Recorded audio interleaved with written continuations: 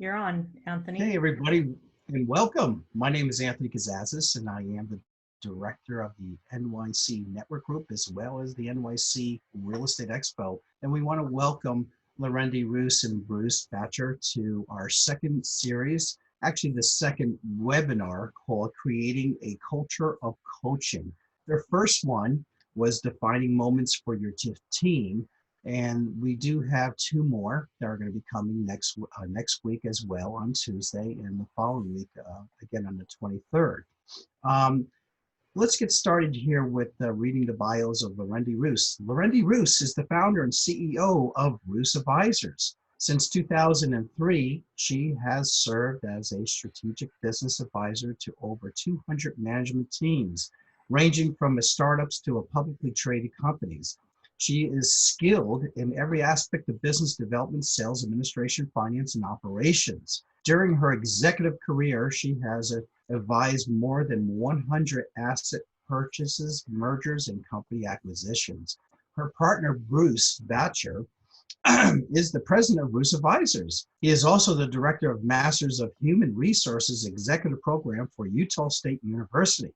He was the chief human resources officer for Extra Space Storage, a self-storage REIT.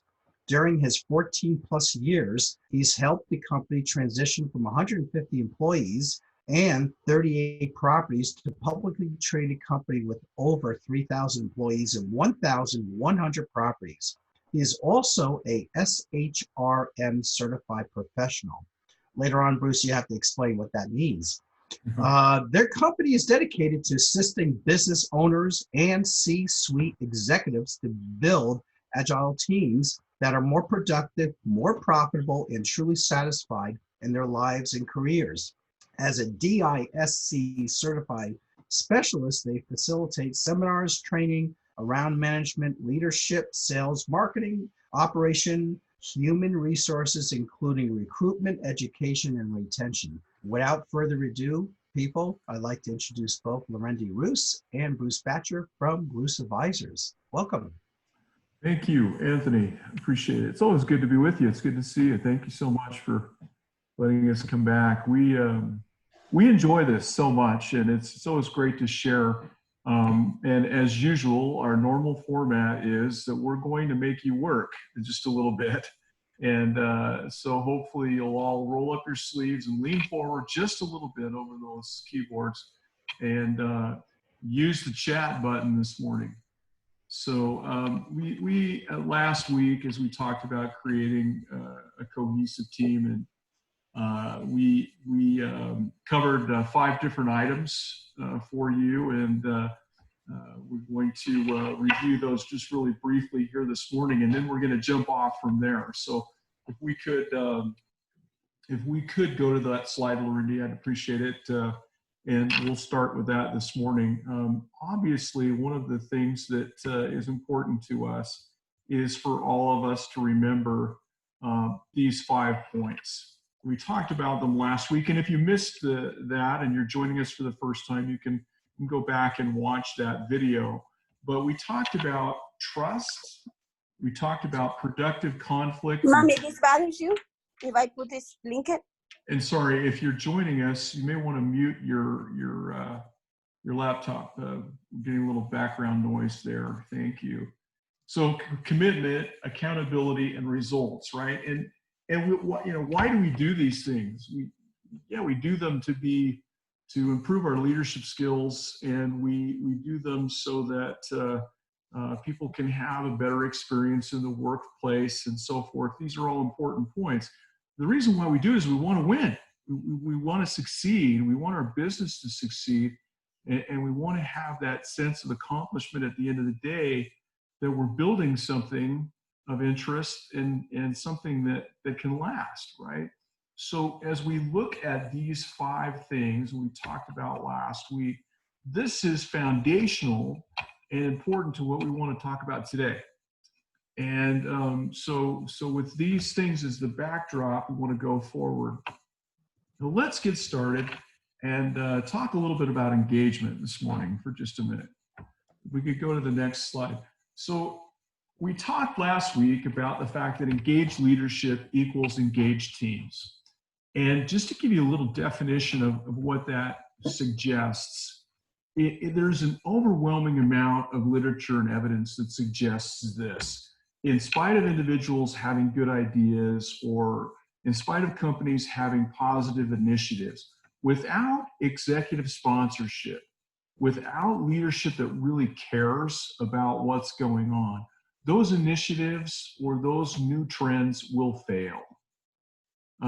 We have to be able to find leadership that will support those exciting things that we care about, and then vice versa. We as leaders want people who can buy in, and typically we sort of surround that with, we write these really cool mission statements or these really cool purposes, things that really, we care about, and we write them down. Maybe they come to us on an airplane and we put them on the back of a cocktail napkin, and then we take them back to the organization and say, this is what we really want to be doing. This is what we care about. And everyone for 35 seconds gets really, really excited. And they go, God, that is really awesome. And that's all well and good, except for if it doesn't translate into things that we do on a regular basis. And if it doesn't get in here, then it's going to fall short of what we would consider engagement. Engagement is something that creates in us a passion and desire to move things forward. When employees are engaged, they act as if their name is on the sign and that they are the one writing the check. They're the ones that want to clean out the refrigerator just because it makes the workplace better. These are people who really indeed buy into what we wrote down. So engaged leadership, and it equals engaged teams. And that is, we can see that over and over and over again. When those two things come together, it is absolutely powerful. And so with that as a backdrop, let's ask these two questions. And this is where we want you to get to your chat. So get those fingers ready. Here we go. What was the biggest challenge that you were facing in your organization prior to March 2020? And then the follow-up question that we'd like you to respond to is, what's the biggest challenge you're facing today? And we're going to give you a few minutes. So don't be uncomfortable with silence. If you're uncomfortable, put your thumb up and I'll have Lorinda sing you something. She's a beautiful singer and very talented in that area. But answer these two questions. The biggest challenge before March 2020 and the biggest challenge today.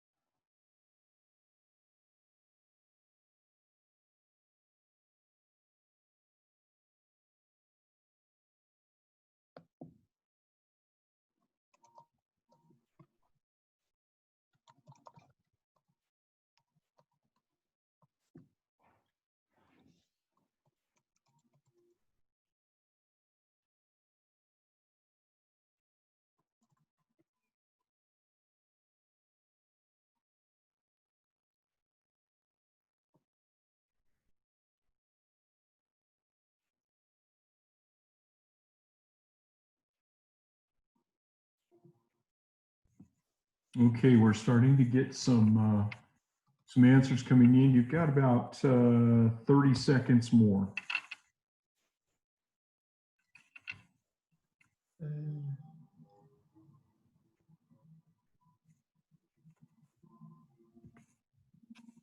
We invite everyone to participate because we give rewards for participation, don't we, Bruce? Yes, we believe in rewards, and Lorinda will no doubt shower those upon you.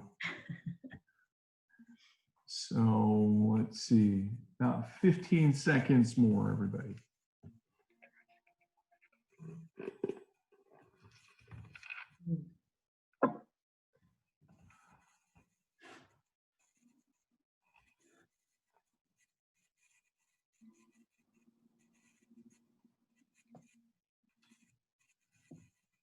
Okay, so let's, you can keep typing unless you're done. And I'm not sure I'm seeing all of them, Lorindy.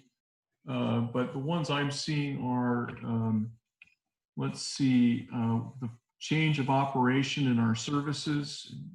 Holland says today that the direction of live conferences. Mhm. Thank you. Excellent, excellent, excellent. Fundraising, boy, that's going to be a critical one, and one that is going to be so interesting where it was and where it is today and where it's going. Wow, these are great.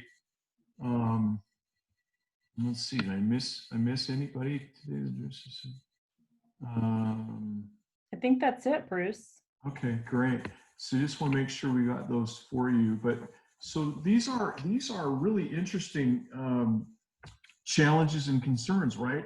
And think about it from a perspective of just take for an example, commercial real estate, right?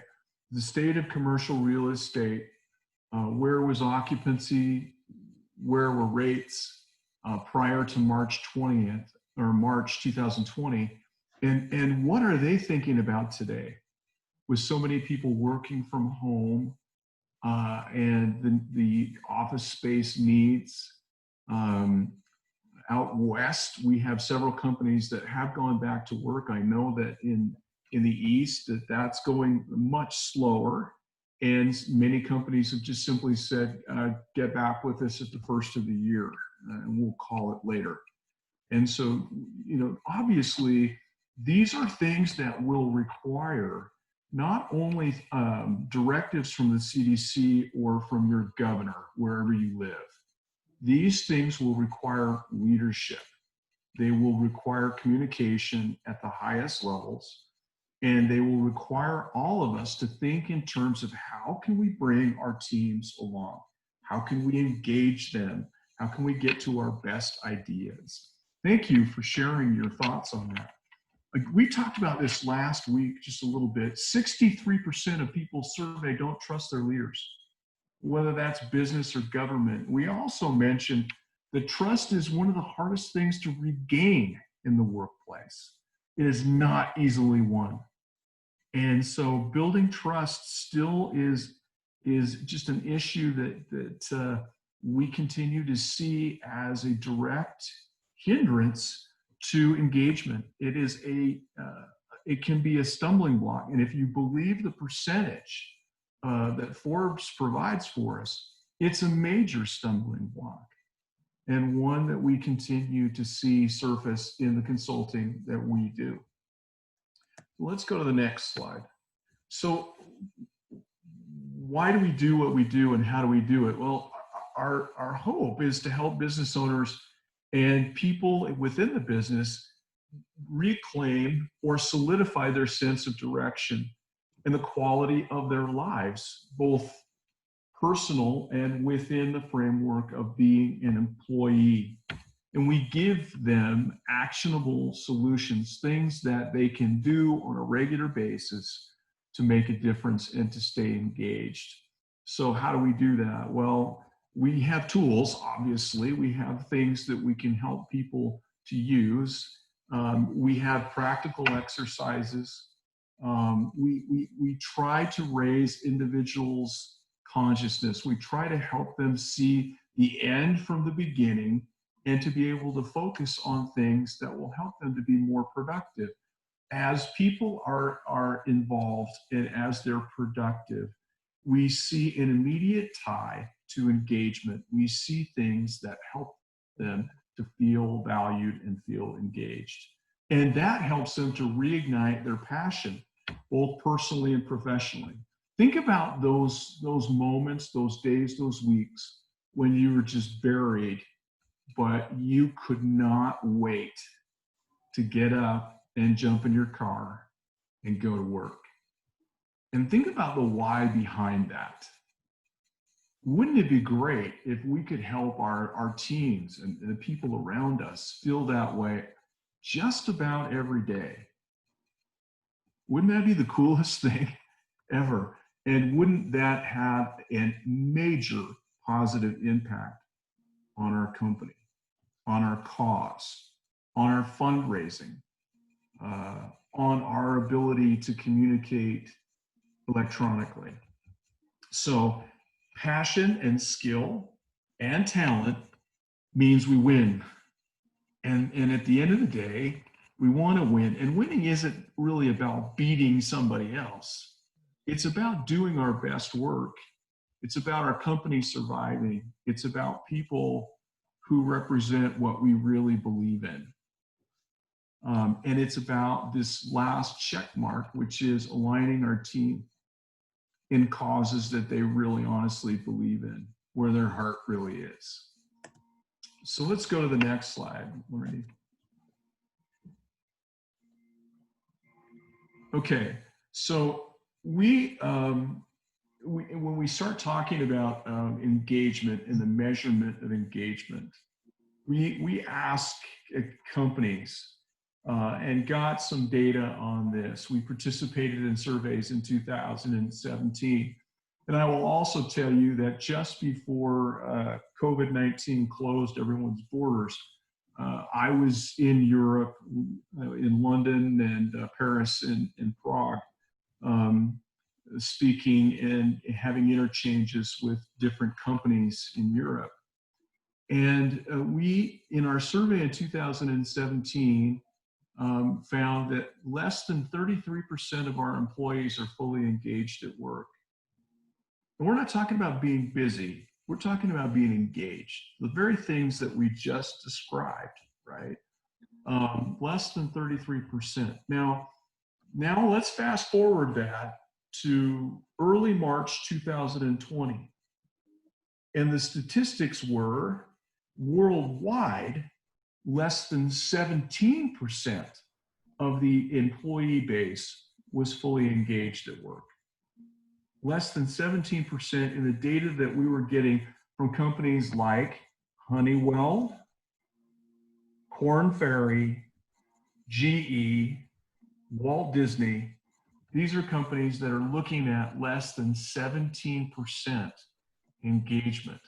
So with all the things that we've been doing and all the things we've been reading and all the books that have been written on leadership, we're going the wrong direction.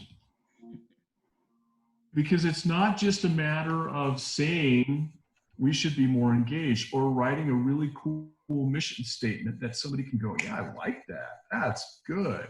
Or yeah, that makes a lot of sense. Or yeah, we're going to do better for the environment or whatever it might be. It's not enough. It requires complete concentration and it requires a change at the individual level first. So let's jump to the next slide.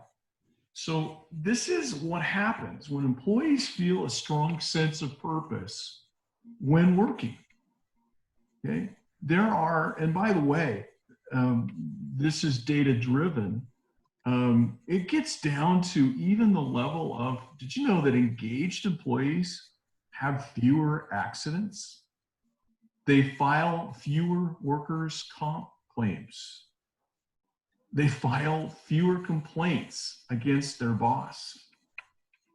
But the greater data, the larger data set is 88% are more satisfied with their job. And a lot of times leaders say, well, look, our employees are satisfied. Well, that's great, and that's important. They think satisfaction drives engagement. Actually, engagement drives satisfaction. It's just the opposite.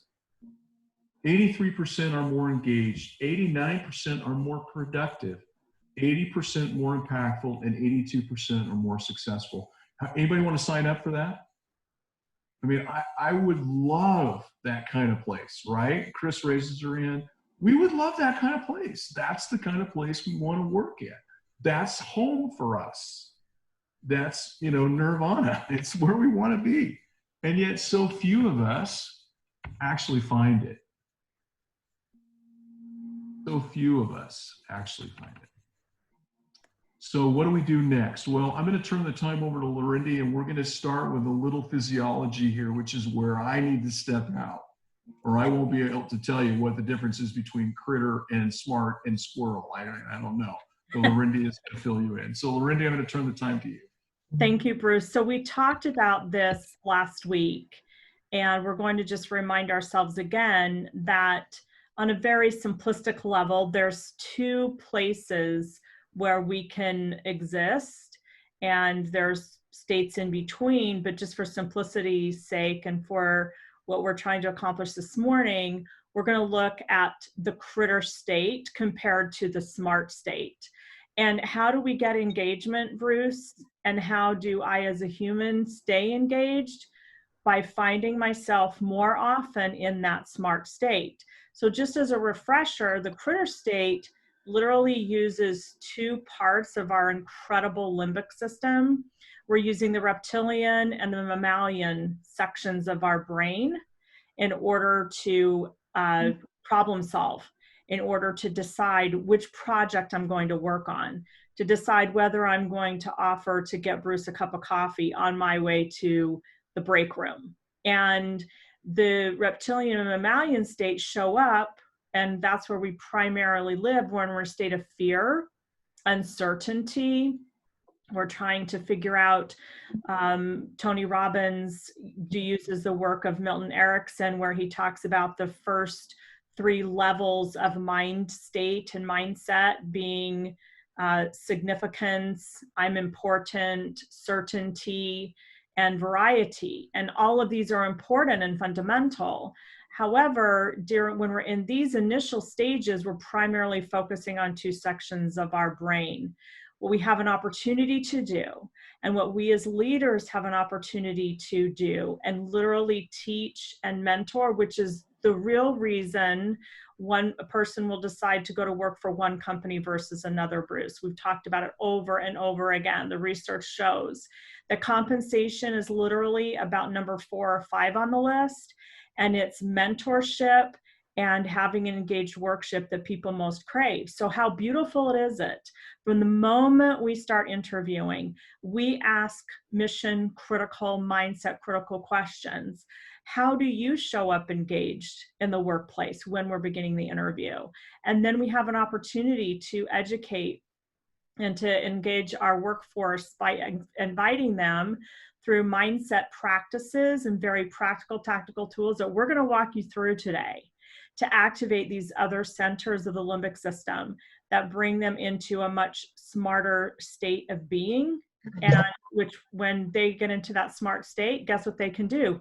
They can create those smart goals that we're also always talking about. We always talk about having specific, measurable, achievable, realistic, time-driven goals. They're not able to do that and to stay committed to that if we're not engaging all centers of the limbic system. So again, we use the DISC, Agile EQ, as our starting place. Highly encourage anyone who's on this call who has not had an opportunity to go through this exercise and to really become self-aware, to give yourself this gift. We're going to be offering this gift at the end of the call, like we did last week. We walked Chris Salbutis through this last week, and it was really such a great exercise to walk with her. And I have to tell you, Chris is committed to personal and professional development. And she and I, as we did this work together, uncovered some really interesting things. And look, she gave us a thumbs up and she's still here. That's I great. know. You know, it's not painful, is it? It's good. And I also want to acknowledge Holland gave us a thumbs up, even though she can't talk to us. She gave us a thumbs up when you were talking, Bruce. So again, we really appreciate your engagement. So using the DISC Agile EQ, it's a starting point, a place where someone can become very self-aware and own where they are, so that we can help with their permission, help guide them to actualizing and receiving input in all the way around the color wheel.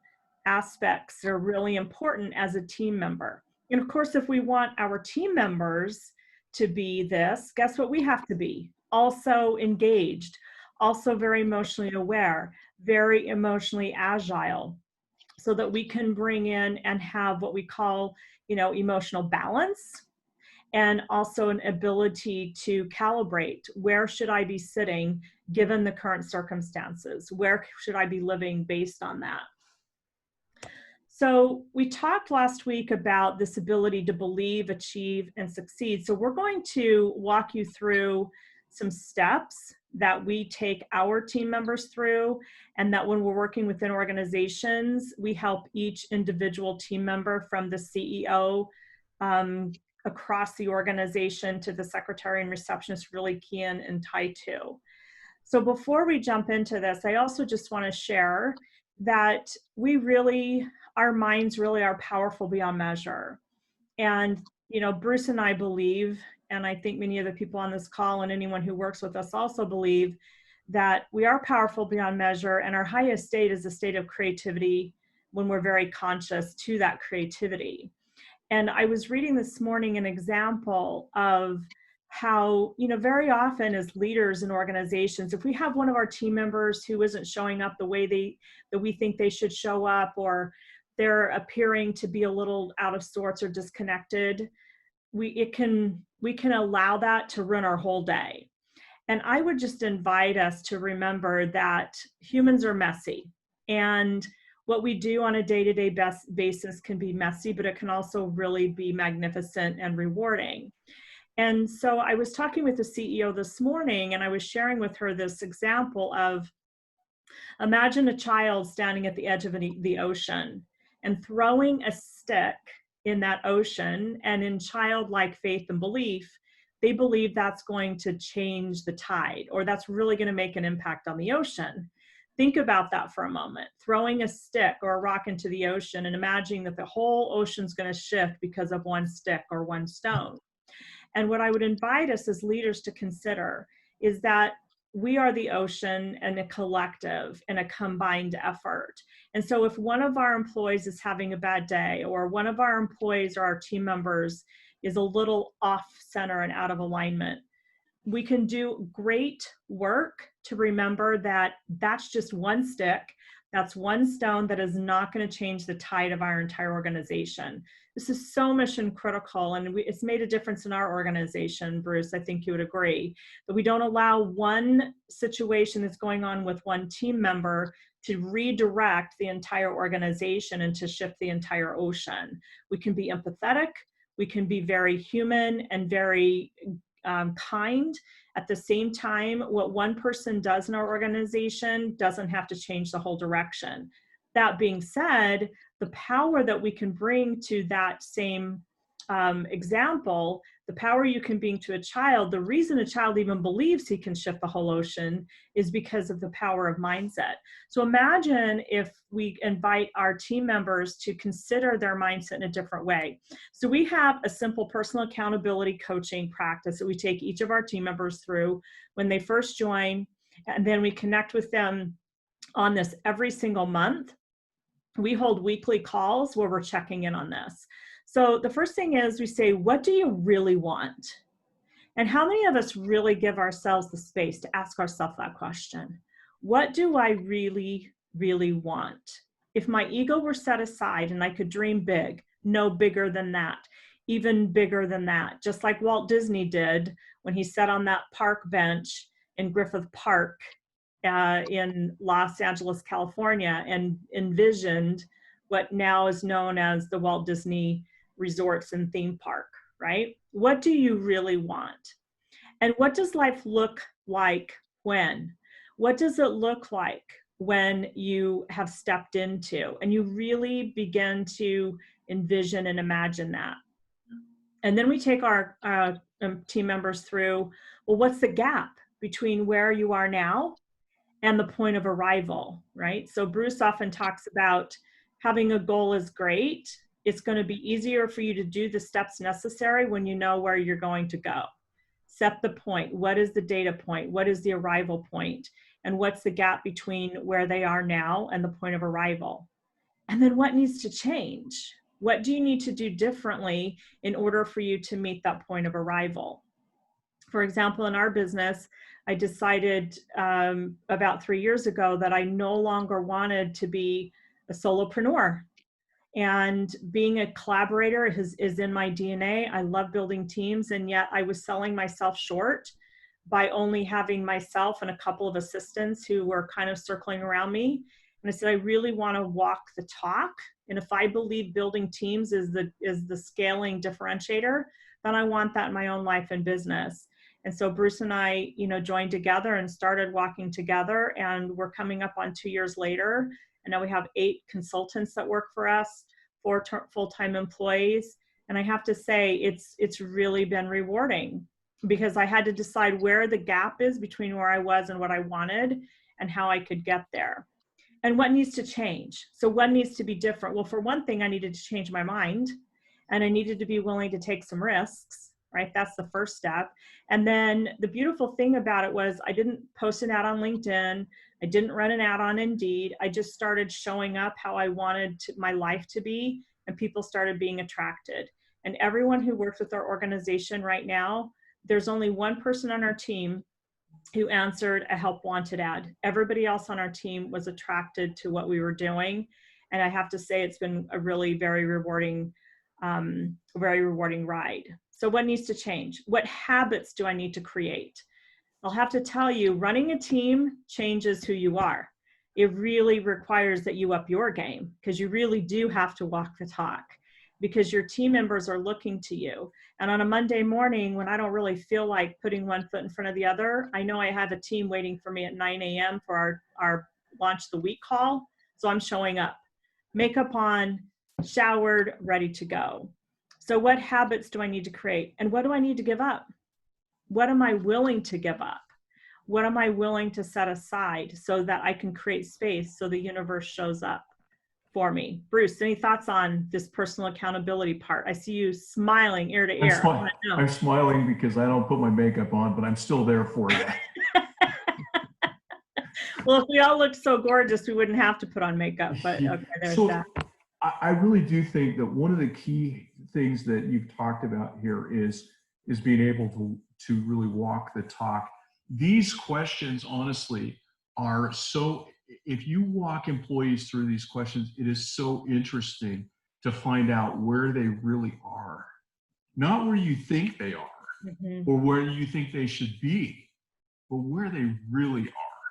And when you start talking to them about their goals and their desires, even if they want to leave your organization, isn't the question of what needs to change then a really important question? And so these questions are tried and true, and we've taken literally dozens, hundreds of employees through these questions over the years to help us refine this idea of personal accountability and how it plays into getting to the end of the row successfully. So thanks for walking us through these, Lorraine. They're great. Absolutely. And then continuing on, now we're going to test their commitment. So we always talk about, now we need a stress test. Okay. So here's my goal. Here's where I want. Here's what life looks like when I'm there. So now what's my commitment? So what am I willing to be held accountable for? And what is my team member willing to be held accountable for? And then how can we specifically help them? And these are goals and these are tactics that they're helping create. We're not putting things upon them. Certainly there's a job to do. There's tasks that need to be done. How can we specifically help them complete those tasks so that they're a part of the ongoing process? And if tied to revenue targets, where are they right now? If they're on the sales team, what are they doing right now? What is that revenue target? And what specific actions are they required to take in order to reach the goal? And then we measure it annually, monthly, weekly, and we track it. And then we ask them to return and report to us. This is, again, not something that we're putting on them, but they're returning and reporting on their wins, their challenges. They hit the target, they didn't hit the target, because it doesn't really matter. It's not about did I hit the target or did I not hit the target. It's about what didn't I do? What habit did I set aside that apparently was not as important to me this week? And so helping us walk through that. So what we'd like to do this morning is someone who'd be willing to play. You can either do it through chat, so you can raise your hand if you're not able to speak, or we would love to just take a minute to walk you through just a couple of these questions about what you really want and what your life looks like when. So we asked you the question earlier, what was life like? What challenges did you have pre-2020? What do you have now? So we'd like to just, someone who'd be willing to play, you know, raise your hand or put in the chat that you'd be willing. Who'd be willing to play and walk with us as we go through this. If you don't volunteer, we'll volunteer you. How's that? It's painless. Ask Chris. We're pretty gentle. You are. Where's the starting point? Which of the questions is the starting point? What do you really, really want? What do you really, really want? In terms of the team? In terms of whatever you want. Unity, that's the most important, really. Because Okay. when you're able to move forward with everything else. So Chris really, really wants unity. Okay. So what does your life look like when you are experiencing unity, Chris? What are you doing? What's going on in your life or your team when you really have connected to unity? So once we understand where each other's, I guess, strengths and weaknesses are, we're able to work more cohesively, and then everything runs really smoothly. And that way, even if there's a hitch, there's always a hitch, because as you said, everything's messy. Even if there's a hitch, things work out very well. And you saw that actually with our spring symposium. COVID hit, and businesses were really crippled by that, but we were able to make a fairly smooth transition from having a live event to having an online event, a live online event. So how does your life personally look, Chris, when your teams are unified and cohesive? How does that affect you personally? Rewarded with something. Why incentives work. Go ahead, Chris. Oh wait, Holland's microphone looks like it's working. Yeah, it working now. So we'll have her come back. Go ahead and answer that question for us, Chris. So basically it's still on the messy side. However, it's much more fulfilling, and it's, you know, it's less stressful because you see things are coming into play. Mm-hmm. And what are you doing personally because you have unity and you see things coming together? What's going on in your personal life? In terms of, is there a way to restate it? Because I'm not sure I understand. If you did understand or you did know, what would you say? In my personal life, basically things are better in general. You know, it's less stress on me. It's a better use of my time because everybody's functioning optimally. Mm-hmm. So less stress, more time. And what would you do with that more time, Chris? What would you be doing? Honestly, I'd hug my kids. That's what I would do. You would hug your kids, right? So do you see how in just a short period of time, we kind of bookended unity, helps all of these things flow forward so that Chris can spend more time hugging her kids.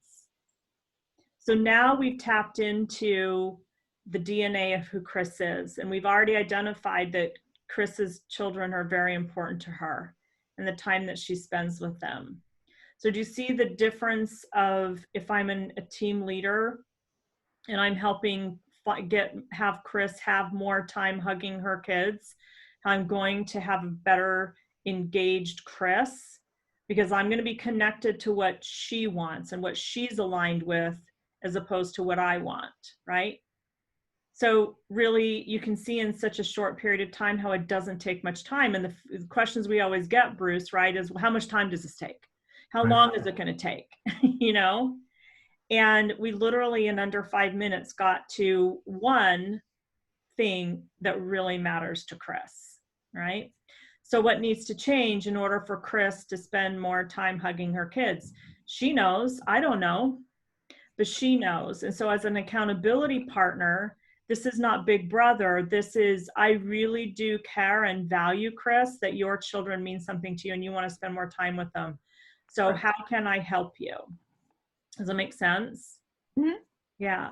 So how do you experience that, Chris? The idea that you could spend more time doing that? How do you experience that? In terms of what? How do you feel about that? I- Being able to hug your kids more, spend more time with your kids. Oh, sure. I mean, it's very fulfilling, of course. More time with my family. That's a very strong value where I come from and how I was raised. It's always been a very big value to have Yeah. family. And a secondary question may be, does that cause you to look at that leader differently when they express that kind of support for that really deep-seated goal? Well, I think in terms of my team personally, each of us has very strong family values, so it's not a foreign concept to anybody on the team. Everybody's either a parent or an elder sibling or, you know, etc. And so everybody has very close ties to the family. And it's, I think, what makes us stronger, because then our team itself becomes like a family. Right. Great, Yeah. great comment. Yeah, it's interesting, Chris, because I was interviewing a gentleman who's a CEO who spends most of his time in Mexico. And he grew up in Texas, but he spent most of his professional career in Mexico. And he said, I had to learn the cultural difference with my teams in Mexico compared to my Anglo-Saxon Northerners, who in the Texas environment, it was more based on community who could help raise a barn, where in Mexico, it was much more family oriented. And so as a leader, I needed to learn that cultural difference, but I would venture to say that most CEOs don't take time. And even when I value family and you value family, how we spend time with our family could be very different. So even if we think we know, it's worth another 5 minutes to say, help me understand. What does more time with your family look like? Does it look like Disney World, or does it look like more family reunions?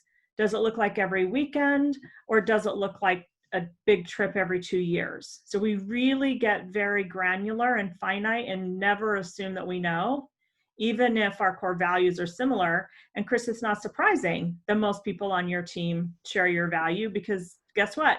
We attract what we want more of in our life. Makes sense? True. So this is the beginning. We actually have a coaching form that we walk people through. And so as we kind of wrap up, and then we'll take some quick questions, employees trust in their company's leadership when they're happier, right? So in order to, the top 5 drivers of happiness at work is trust. And I highlighted an employer's commitment to employees and their success. When we're having more of these conversations that then drive what we're going to be doing tactically and practically, you are going to have a happier workplace. And guess what? You're going to be happier, because you're going to be able to also get what you want, which is every bit as important. And you will have a culture where employees are encouraged to share ideas and individual opinions. When I actually take the time to ask Chris, what do you really want? There is a reciprocal effect that what you say matters, because you matter, right? So just saying, getting everyone in a conference room and saying, okay, we're going to do a brainstorming session and everyone's opinion matters, when I've never taken time to even consider what Chris really cares about, it's out of alignment. It's incongruent. So that's all Bruce and I have today. We just ask you to, recommit. And we'll take some questions. You can either put them in the chat, or you can, I'm going to stop sharing for a moment and just put us back out onto the screen. So chat or any questions that you have. Holland says, thank you, Bruce and Lorraine, for sharing. I have a 9:30 client call. Need to say goodbye. Goodbye, Holland. It was a pleasure. Anybody else have any questions or thoughts that came up for you? Welcome, Erica. Great to see you this morning. Yes. Anthony, any questions or thoughts? I'm sorry. Yeah, Lorendi, how many, what's your biggest clientele? Is it like a solo practitioner? Is it 1 to 2 people? Is it more 1 to 5 or beyond 5? Are there a lot of solo practitioners that can use your services? Absolutely. We serve a broad range. That you'll notice that survey set that we did incorporated small, mid, and large. So Bruce and I have worked with solopreneurs clear up to, employers that have, 10,000 employees. So the principles are the same. It's one of the things that is helpful though is if we actually understand their industry. So, you know, Anthony, Bruce and I grew up in the real estate industry. So we understand on a very granular level what goes on inside of real estate companies and inside of companies who serve real estate companies. So in that regard, it could be an agent running a desk, or it could be a broker running an entire agency. It could be a mortgage company. The fact of the matter is that most often our roster today is that we're serving people who are, even if they're a solopreneur, they have a desire to get to 5 to 10 personnel. Why? Because they understand that the most important asset in growing a company is their people. So we're engaged to bring in and help them create the organization and then help recruit, educate, and retain those employees. I think too, where we have worked with solos and we've helped them to see that many of the very same principles that we would apply to employees apply to customers. They apply to individuals that they're serving, right? So to sit with a customer where you're trying to provide a service, whether it be to find a piece of ground for them or to sell them some product or some technology or whatever it might be, understanding what they want really and what really is motivating them becomes really, really important. And so the principles apply whether it's a small group or whether it's a healthcare company that I work with or have worked with that has 2,500 employees in 17 states and their hair is on fire every single day. Mm-hmm. And so these same things apply for sure. Yeah, and I would just also add that I think we do our best work with, it's not the company size, it's the size of your dream and how willing you are to be open and to make a difference in your own life so that, you know, that you can create the life that you want. So our very first client was a woman who was an executive recruiter who wanted to start her own recruiting agency. And her first year in business, she billed $750,000 with her and an administrative assistant because her dream was so big that she was willing to do whatever it takes. And now she runs a firm that's about $5 million in revenue with, I think they have 7 full-time recruiters that now work with them. So it's not really about the size of the organization. It's really more about the size of your desire and the size of your dream. What do you say, Bruce? Great. Any other questions before we give our final kind of either in the chat or we'd love to hear from you. You can unmute yourself if you like. Anthony, I just want to express, Bruce and I just want to express our gratitude again for you giving us a place to share some tactical and practical things that have really worked well in our organization and are working well in others' organizations. We can't thank you enough for this opportunity. You're so welcome. And I'm going to be very happy to post this on our live page. And this will be sent out to many in the future. It'll never stop being promoted. I think you guys are fantastic. It's very informative.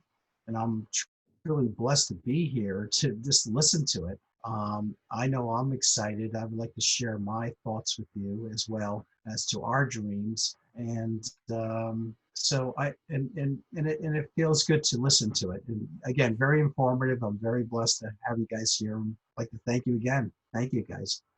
Thank you, Bruce. Thank you, Chris. Thank you, Erica. Thank you, Karma. You know, it was nice to have you guys on. Thanks. You're doing a great job with this. Thank you so much. Bruce, you want to take us home and say parting words? Parting words. It's, I don't really have anything of great wisdom to say other than this.